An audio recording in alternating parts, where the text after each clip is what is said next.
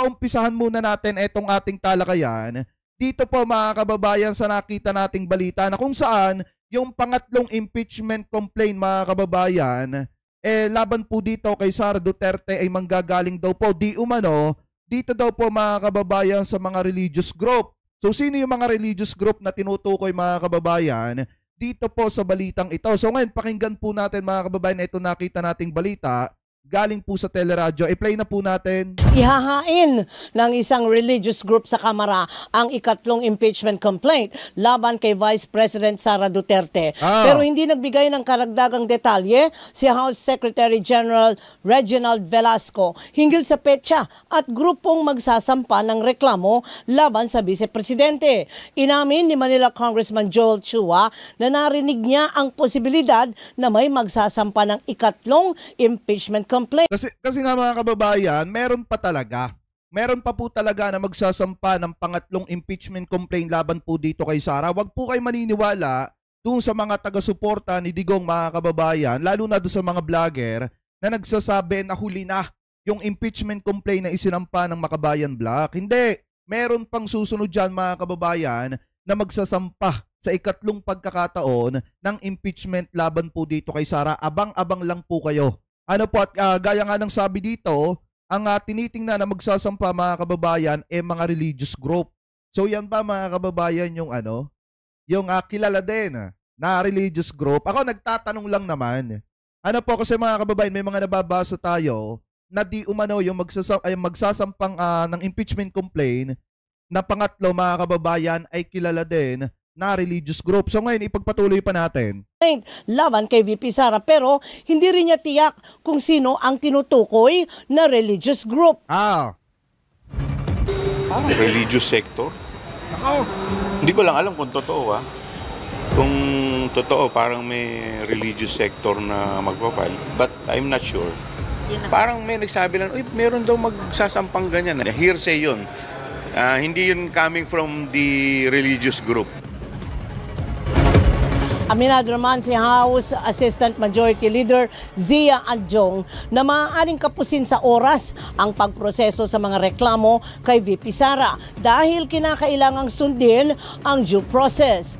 Sa ilalim ng saligang batas at House Rules, maaaring idiretso sa Senado ang reklamo kapag inihain ng 1/3 ng lahat ng kongresista. Pero dahil 4 na kongresista lang ang nag-endorso sa mga reklamo, kailangan muna itong dumaan sa House Committee on Justice para matukoy kung may sapat na basehan.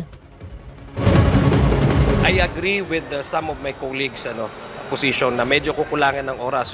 So, yung proceeding in itself and whether this will be submitted and transmitted to the Senate. Wala talaga mga kababayan, siguro by next year na maiimbestigahan at magdidire-diretso etong usapin ng impeachment laban po kay Sara. Kasi nga marami na rin na nagsasabi mga kababayan na kukulangin nga daw ng oras dahil nga magpapasko mga kababayan and then pagbalik nila mag-e-eleksyon naman. So kukulangin talaga ng oras mga kababayan. Pero kung ako talaga ang tatanungin, diba lagi ko nga sinasabi pag gusto may paraan, pag ayaw maraming dahilan.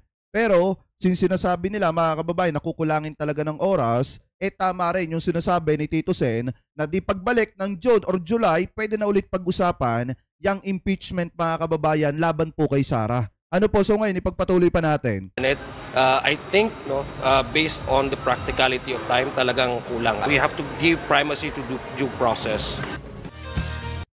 O yan, maliwanag ha mga kababayan, hulaan nyo na lang kung sino yung religious sector di umano daw na magsasampa ng ikatlong impeachment laban po dito kay Sara. Pero may mga nababasa ako ng mga pangalan ng mga religious group at yung isa na lumalabas na pangalan mga kababayan kilala din na religious group. So hulaan nyo na lang kung sino pong religious group ito o religious sector na magsasampa ng impeachment complaint laban po dito kay Sara. So ngayon punta naman po tayo mga kababayan dito sa isa sa mga main topic natin. Etong naging live ni Harry Roque mga kababayan na kung saan may pasimpleng hinala etong si Harry Roque mga kababayan sa INC mga kababayan at saka po sa ating gobyerno. So ano nga ba yon? So sabi dito mga kababayan ni Harry Roque, ang Iglesia ni Cristo INC bilang hadlang, bilang hadlang sa impeachment ni VP Inday Sara Duterte. So ang yabang-yabang pa mga kababayan ni Harry Roque dito. Ito, pakinggan yung mabuti. Siguro naman alam niyo na, kinakasana ng Iglesia ni Cristo isang malawakang rally para iparating ang kanilang pagtutol sa impeachment ni VP Sara. At alam niyo ba ang balita ko, abay hindi lang Iglesia ni Cristo. Mga kababayan, hindi pagtutol yun ha. Ang sinabi ng Iglesia ni Cristo mga kababayan, ang sinabi nung dalawang anchor sa Net25, yung tagubilin daw di umano sa kanila, suportado. Kaya sila magrarally kasi suportado nila ang opinyon ng presidente na wag nang pagtuunan ng pansin etong si Sara Duterte mga kababayan kasi hindi naman po ito importante. Ibig sabihin mga kababayan, wag munang pag-aksayahan ng panahon yung impeachment nitong si Sara. So kaya po magrarally or magpi-prayer or peace rally ang Iglesia ni Cristo mga kababayan dahil po suportado nila ang opinyon ng presidente. Hindi si Sara Duterte mga kababayan, kung hindi ang opinyon ng presidente at para mapanatili ang kapayapaan dito po sa ating bansa. So ngayon, ipagpatuloy pa natin. At saka pagkakaalam ko mga kababayan, yung in-announce nung dalawang anchor or nung dalawang host mga kababayan doon sa SMNI, hindi po para sa lahat. Ano po, kasi parang hindi ata sa pilitan yon mga kababayan at hindi para sa lahat. Kumbaga, kung sino lang yung may gusto mga kababayan, willing sumama doon sa gagawin po nilang di umano'y prayer rally o peace rally mga kababayan, yun lang. Yung mga gustong sumama lang, hindi po para sa lahat. Kasi tinatanong ko yung mga kakilala ko, gaya nga po nung sabi ko sa inyo, tinatanong ko yung mga kakilala ko kung may bumaba ng tagubilin, wala pa naman daw po. So ibig sabihin mga kababayan, baka hindi natuloy or di kaya naman hindi talaga para sa lahat. Ano po, ipagpatuloy pa natin. Isang sasapi rito. Meron pang iba't ibang mga simbahan ang sasapi dito at sigurado, ito na ngayon ang mga pinakamalaking pagtitipon na makikita natin sa ating kasaysayan. No? So ano ibig sabihin nito?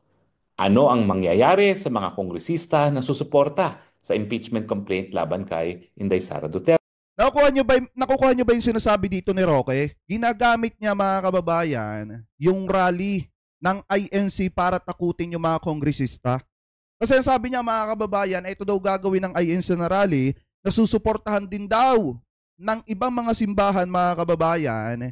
Yan na daw po yung pinakamalaking pagtitipon. Kaya daw yung mga kongresista, ano daw po ang mangyayari doon sa mga kongresista mga kababayan na nagbabalak na pagtuunan pa rin ng pansin yung impeachment mga kababayan nitong si Sara. So kumbaga ang ginagawa dito mga kababayan ni Roque, ginagamit niya yung mga rally ng mga religious group mga kababayan or ng mga religious sector para takutin yung mga kongresista na ginagampanan lang naman yung kanilang trabaho. So ngayon, ipagpatuloy pa natin. Well, bilang isang politiko, alam na po natin kung gaano kaimportante ang suporta ng Iglesia ni Cristo, lalong-lalo na sa mga tumatakbong kongresista. Kasi alam niyo yung lamang ng kongresista sa distrito, kakaunti lang yan. At minsan, yung kaunting lamang na yan ay nakadepende dun sa numero ng mga miyembro ng Iglesia ni Cristo. Tama naman, ngayon, tama. Magsasanib puwersa pang iba't ibang simbahan. So, kapag nagsabi rin iba't ibang simbahan na i-boycott ang lahat ng sumuporta sa impeachment ni Inday Sara, ibig sabihin, matatalo ang mga kongresistang yan. So, kung ikaw ay kongresista, kakasa ka pa ba sa impeachment? Saka mga kababayan, ito para maliwanag sa lahat. Kasi baka hindi alam nung iba, lalo na nung mga taga-suporta ni Digong, mga kababayan ng Iglesia ni Cristo, hindi po yan hawak ng politiko. At hindi po yan nakikialam sa politika mga kababayan. At saka take note po mga kababayan ha, saka lang po ang Iglesia ni Cristo pumapasok sa usaping politika kapag kabutuhan. Kasi nga alam nyo naman, ang INC mga kababayan, talagang one solid vote yan. Kung sino po yung ibinababa na susuportahan mga kababayan, yun po yung sinusuportahan ng lahat ng member ng Iglesia ni Cristo. Pero parang ang dating kasi dito mga kababayan sa sinasabi nitong si Harry Roque mga kababayan na eto daw mga simbahan and then tinutukoy din niya dito yung INC kapag ka daw ginusto nila na i-boycott yung mga nagbabalak dun sa impeachment nitong si Sara ng mga kongresista, hindi daw po yun mananalo. Eto, uulitin ko ulit yung sinabi ko na ang INC hindi po yan nagpapahawak sa politiko mga kababayan. at hindi po yan under ng mga politiko. Ang INC po mga kababayan, may sarili po sila. Ano po, parang ang dating kasi dito, ginagamit na lang nitong si Harry Roque na panakot mga kababayan, ang Iglesia ni Cristo na wala namang kaalam-alam dito po sa mga pinagsasasabi ni Harry Roque. Pinapasama niya mga kababayan sa publiko ang imahe ng INC. Napakaliwanag naman mga kababayan na kaya magkakaroon ng rally ang INC is dahil para suportahan ang kapayapaan at para suportahan ang opinyon ng presidente, hindi para kay Sara. Di ba, ipagpatuloy pa natin? Ang problema, kinakailangan kasi kung gusto nilang i-fast track, pipirma sila sa isang impeachment resolution. So pag sila'y nakapirma, markado na sila. Hindi lang sa iglesia, kundi yung iba pang mga simbahan na sasapi sa malawakang pagtutol sa pagtanggal kay BP Sara. Alam niyo itong pagtatanggal kay Inday Sara, matagal ang plano yan. Sa mulat-mula, alam nila na banta si Inday Sara. At ako na nga yung unang-una nagsabi na talagang pinaplano na nila yung impeachment complaint, di ba? And yet, yan po ay pinasinungalingan ng mga liderato ng Kamara de Representante. So, anong lumalabas? Ang liderato ng Kamara ay sinungaling. Dahil sa mulat-mula, talagang kinakailangan tanggalin nila yung pinakamalaking banta sa kanilang plano na Marcos Forever. At hindi lang yan kanilang plano. No? Pag natanggal na si BP Sara, at wala na talagang banta para maging presidente, isusulong po nila ang charter change. Bakit? Kasi baka maya-maya, meron na namang ibang malakas sa kandidato para masigurado na si Tambaluslos ay maging pinuno ng ating gobyerno matapos ang Marcos. Saka mga kababayan na ito, take note ha, ang INC po pag nagraralyan, hindi po yung nagmumura. Wala po mga mura mga kababayan kapag ka nagpipis rally or nagpiprayer rally, ang INC puro pagdadasal po yan mga kababayan at paghahangad ng kapayapaan. Kaya nga sila magrarally, napakaliwanag naman ng sinasabi, para mapanatili at masuportahan po nila yung kapayapaan dito sa ating bansa. Hindi para suportahan etong si Sara Duterte mga kababayan. Kasi unang-una, ayaw ng Iglesia ni Cristo mga kababayan sa mga tao na lantaran na nagmumura at nang babastos ng ibang tao publicly. Ang Iglesia ni Cristo po mga kababayan, may sarili po yan na desisyon na hindi nahahawakan at napapakailaman ng mga politiko. Kaya nga yung sinasabi dito ni Harry Roque na ginagamit niya ang INC para takutin mga kababayan, yung mga kongresista na gumaganap lang sa kanilang trabaho ay isang malaking pagkakamali po yan. Kaya nga yung sinasabi ng ibang mga taga-suporta ni Digong na ang INC nababayaran, walang katotohanan yan. Mga kababayan, yan po ay nagrarally base sa kung ano ang gusto nila. Lalo na ang intensyon nila sa kanilang rally mga kababayan para mapanatili yung kapayapaan at suportahan ang mandatory ang opinyon ng presidente na kung saan wag pagtuunan ng pansin etong si Sara Duterte, hindi para takutin yung mga kongresista na nagtatrabaho lamang. Ano po at ginagampanan yung kanilang trabaho. So ngayon ipagpatuloy pa natin. Junior. So yan po ang kanilang playbook. Kaya lang, nasira ang playbook nila dahil hindi nila akalain na Iglesia ni Cristo na dati-rati naman talaga ay suporta ng mga Marcos ay magpapatawag na malawakang rally na susuportahan si Vice President at tututulan ang pag-impeach kay BP Sara. Pero pansinin niyo po ha, ang sinasabi ng Iglesia ni Cristo, sinusuportahan nila yung panawagan ni BBM na wag i-impeach Inday Sara.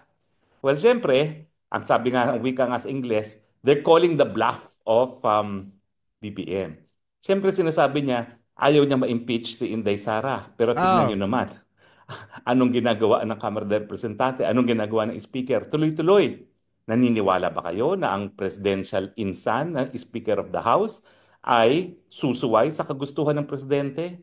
Kabahagi po. So parang sinasabi mo, Attorney Harry Roque, na mali yung pananaw ng INC na suportahan yung sinasabi ng Presidente na wag ipa-impeach etong si Sara.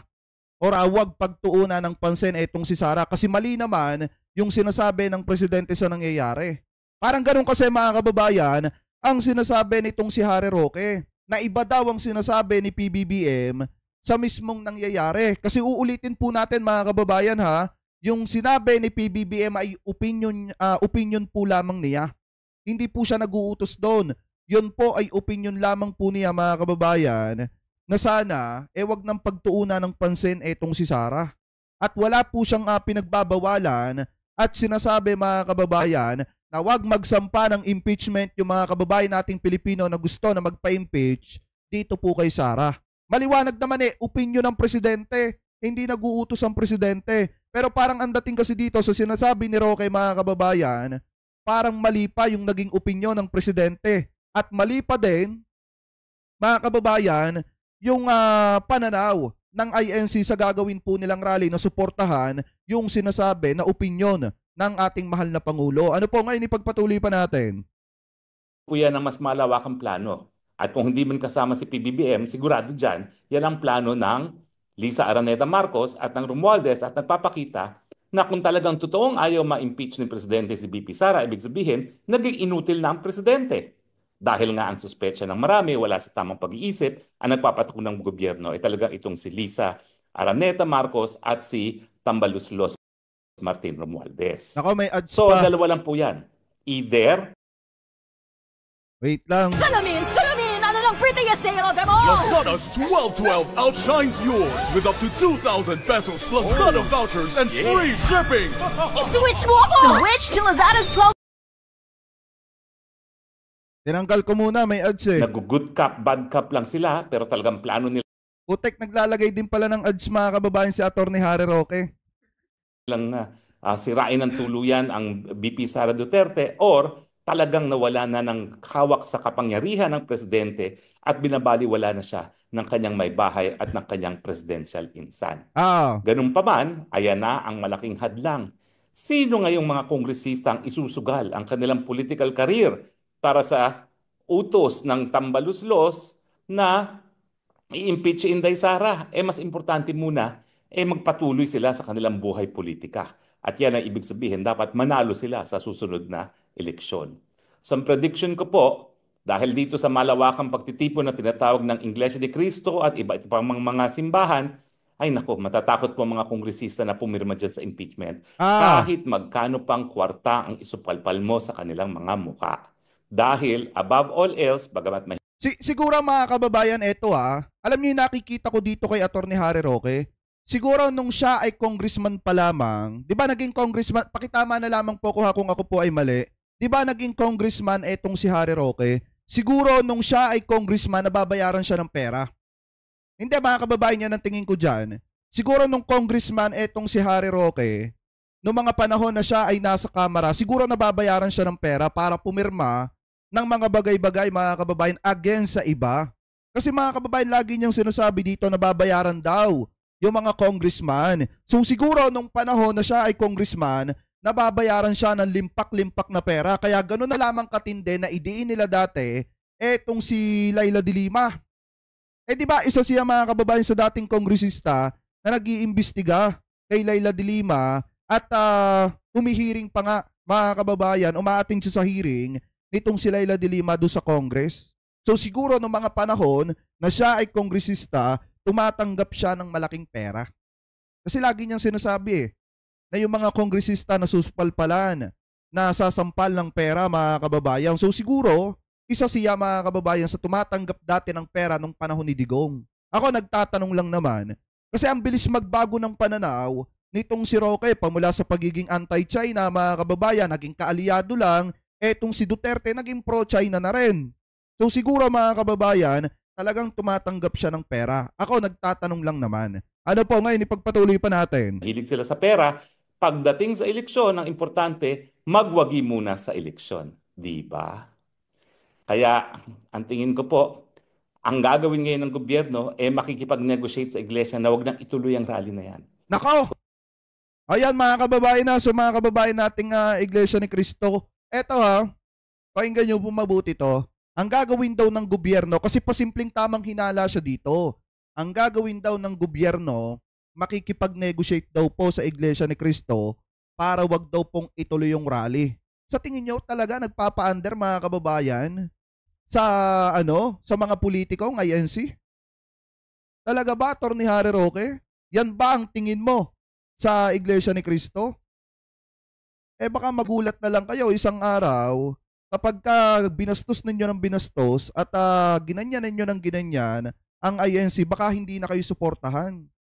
Kasi parang ang dating dito mga kababayan, Kapag ka may gagawin ng mga rally ang INC, kausapin lang ng politiko, maaareglo na.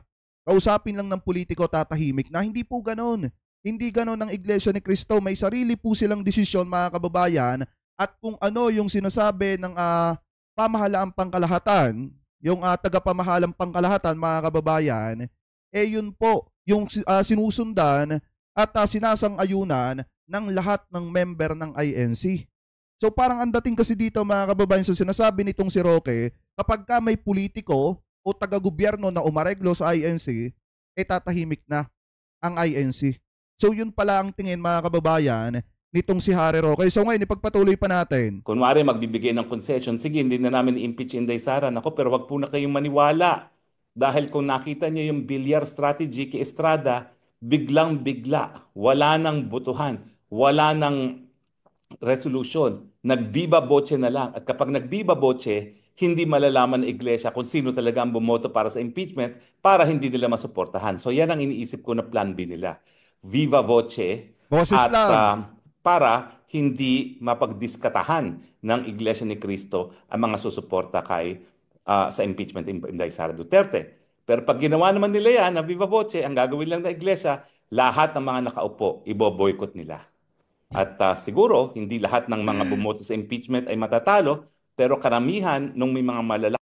Parang sinasabi kasi ni Harry Roque dito, nakikialam ang INC sa politics, sa politika, mga kababayan. Ito, lagi ko naman sinasabi sa inyo, buhat nung natatalakay natin, etong issue, mga kababayan, ng di umano'y peace rally ng INC, mga kababayan, para suportahan ang opinyon ng presidente. Lagi ko naman sinasabi sa inyo ito, ang trademark at tatak ng INC, mga kababayan, para sa akin, in my own opinion, yung hindi pakikialam sa politika.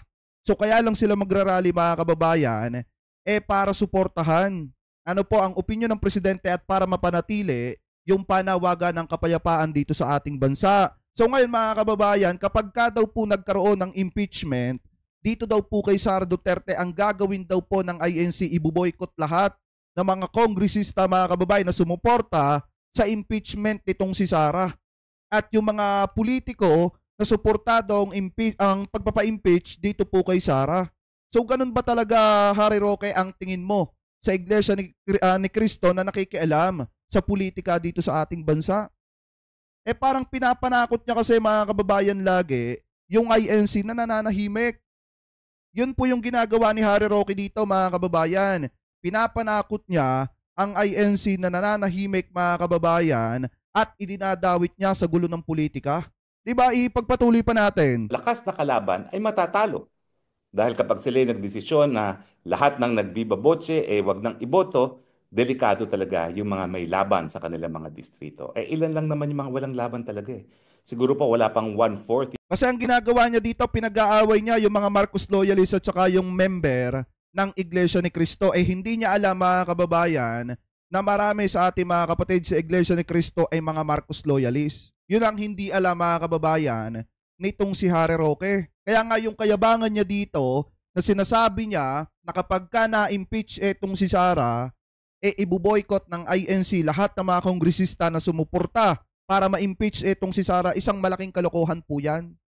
Dahil ang INC, hindi po nakikialam yan sa politika. Ang hangarin lamang ng INC, mapanatili ang kapayapaan dito po sa ating bansa. Ano po ngayon, ipagpatuloy pa natin? Mga walang laban sa kanilang mga distrito dahil nga sa term limits. Yung mga dating gobernador, kinakailangan magkongresista, mga dating mayor, dapat magkongresista, at yung dating mga kongresista na third termers, sila naman ay magiging gobernador at magmamayor. So, mabuti na lang po, nariyan ang ating mga simbahan at nagagalak din po ako na bagamat hindi pa sumasali ang simbahang Katolika, itong si Sok Villegas na nanawagan na rin, no? Na dapat talaga maabra sa sobrang pamumulitika at sa sobrang korupsyon sa gobyerno ngayon. Nakapentanil ata si Harry Roque dito, mga kababayan, kasi tamang hinala.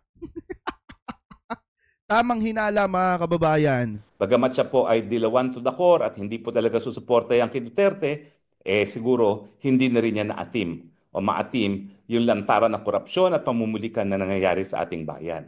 Kaya nagsalita na rin siya. So hindi po ako magtataka kung marami rin sa ating mga Katoliko ang makipagsanib puwersa kasama Iglesia ni Cristo at iba pang mga simbahan kung hindi man ang institusyon ng simbahang Katolika ay sasapi, magkakaroon din yan ng parang panawagan sa mga Katoliko na makiisa na rin. Kasi mga kababayan, alam nyo ba dapat ang balak nila dyan? Kung sakali na matutuloy, yung rally mga kababayan, yung peace rally ng INC, dapat sasama sana mga kababayan yung mga taga-suporta ni Digong. Yung mga DD-shet mga kababayan na napunta dun sa EDSA at nagmumura publicly. Dapat ganon yung gagawin nila, and then i-cover daw nung mga vlogger mga kababayan nitong si Digong. At ang isa pa mga kababayan na dapat gagawin din nila yung mga taga-SMNI mga kababayan, di umano, yung mga member ditong si Kibulok mga kababayan, sasama din at makikiisa din sana. Yun ang balak dapat nilang gawin dyan. Kaso nga lang ang problema mga kababayan, di umano, pwedeng totoo, pwedeng hindi, since wala pa namang ibinababa mga kababayan, doon sa mga napapagtanungan natin na dati natin mga kasamahan sa INC mga kababayan, ang tinitingnan nila dito parang hindi ata kung sino lang yung may gusto na sumama doon po sa peace rally ng INC mga kababayan, at parang hindi po ata pangkalahatan. Di umano mga kababayan, pwedeng totoo, pwede ring hindi. So ngayon, ang plano dyan, ng mga taga-suporta ni Digong, sasama sila dyan mga kababayan, and then ang gagawin ng mga vlogger ni Duterte, sila ang magko-cover nung rally ng INC. Sa tingin nyo ba mga kababayan ng Iglesia ni Cristo, sasama sa rally na nagmumura? Hindi mga kababayan. Makikiisa sa rally na nagmumura at balak patalsikin ang presidente na nakaupo? Hindi mga kababayan, dahil ang rally ng INC ay peace rally at prayer rally.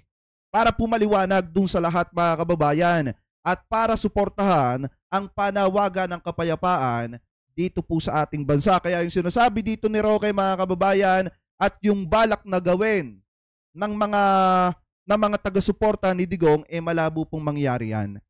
So ngayon, maliwanag naman mga kababayan, ayon daw kay Harry Roque sa kanyang pagiging tamang hinala, kapag ka daw po etong si Sara ay tuluyang ipina-impeach mga kababayan, lahat daw ng mga kongresista na sumuporta at pumirma para ma-impeach etong si Sara, ayon po yung kay Harry Roque mismo, ay iboboykot daw mga kababayan ng INC. At sabi pa nga dito, ang gagawin daw ng gobyerno, lalakarin daw etong INC mga kababayan para huwag nang ituloy yung rally na gagawin mga kababayan para suportahan yung opinyon ng presidente. So kayo, ano po ang comment at opinion nyo po mga kababayan hinggil po dyan sa sinasabi ni Harry Roque? Comment below na lamang po kung ano po ang masasabi nyo hinggil po sa pagiging tamang hinala ni Harry Roque sa INC at saka sa ating gobyerno.